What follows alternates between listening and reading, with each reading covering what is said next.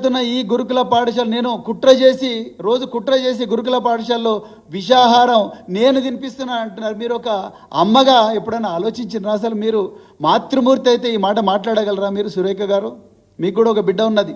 ఒక తల్లి ఒక తండ్రి తన సొంత బిడ్డలను విషం పెట్టి చంపుతాడానండి? మీరు ఎట్లా మాట్లాడుతున్నారు? నేను నా సొంత బిడ్డలను వదిలేసి ఈ 2 లక్షల మంది బిడ్డలు నా బిడ్డలు అనుకొని నేను నా పిల్లలు వదిలేసి ఈ పిల్లలందరి చుట్టూ తిరిగిన నేను ప్రతిరోజు కూడా ఆరాటపడ్డా. నేను 9 సంవత్సరాలు ఆరాటపడ్డా. అందుకొరకే ఇవాళ అద్భుతమైన ఫలితాలు వచ్చినాయి. ఎలాంటి వసతి లేని బిడ్డలకు ఆ రోజు కేసీఆర్ గారితో మాట్లాడి వారిని ఒప్పించి 300 ఉన్న గురుకుల పాఠశాలను 1000 గురుకుల పాఠశాలలాగా చేసి ఎంతోమంది అమ్మాయిలు చిన్నతనంలోనే పెళ్ళిళ్ళు అవుతుంటే వాళ్ళందరూ కూడా పెళ్ళిళ్ళు తర్వాతైనా చేసుకోవచ్చు, వాళ్ళు ప్రయోజకులు కావాలని చెప్పేసి వేల మంది జీవితాలు కాపాడు. ఆనాడు కేసీఆర్ గారి దార్శనికత వల్ల దాదాపుగా 75 డిగ్రీ కళాశాలలు తీసుకొచ్చినాం. మీరు ఎప్పుడైనా ఆలోచించినా మీ కాంగ్రెస్ ప్రభుత్వంలో సురేఖ గారు ఎప్పుడైనా ఆలోచించిందా వీటి గురించి? ఇలా మీరు నా మీద మరి మాట్లాడుతూ ఉన్నారు.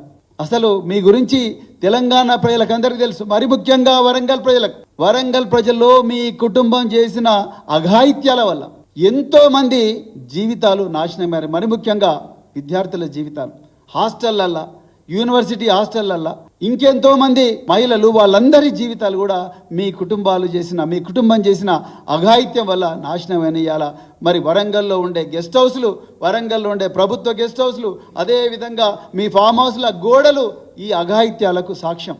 అందువల్లనే ఆ రోజు 2002లో ఇప్పుడున్న జమ్మూ అండ్ కాశ్మీర్ డీజీపీ నలిన్ ప్రభాత్ గారు మీ కుటుంబానికి వరంగల్లో హన్మకొండ చౌరస్తా దగ్గర బహిరంగంగా కౌన్సిలింగ్ ఇచ్చిండు.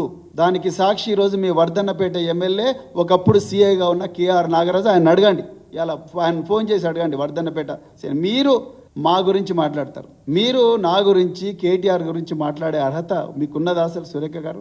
మీరు రోజు బీర్లు, బిర్యానీలు, రేవ్ పార్టీల గురించి వీడియోలు చేసే మీరు మా ఆకలితో అలమటిస్తున్నా, ప్రతిరోజు కూడా విషాహారం తిని తల్లడిల్లుతున్నా, విషాహారం తిని హాస్పిటల్ పాలైతే వైద్యం దొరకని దీనమైన స్థితిలో ఆర్తనాదాలు చేస్తున్న పిల్లలు బాధలు మీకు అర్థమవుతాయా సురేఖ గారు? ఒక మాతృమూర్తిగా మీరు మాట్లాడాల్సిన మాటలేనా ఇవి? ఎట్లా మాట్లాడతారు మీరు అసలు? మేము ఎందుకోసం మా కేటీఆర్ గారు చాలా క్లియర్గా చెప్పినారు, ఈ గురుకుల బాట అనేది మేము ప్రభుత్వం మీద విమర్శల కోసం కాదు, మా పిల్లల ప్రాణాలు రక్షించుకోవడం కోసం. ఇవాళ రేవంత్ రెడ్డికి శ్రద్ధ లేదు, మంత్రులకు శ్రద్ధ లేదు, విద్యాశాఖ మంత్రి లేడు, సంక్షేమ శాఖ మంత్రి లేడు, అధికారులు ఇష్టారాజ్యంగా వ్యవహరిస్తున్నారు. అందుకొరకే మేము ఇలా గురుకుల బాట పెట్టినాం.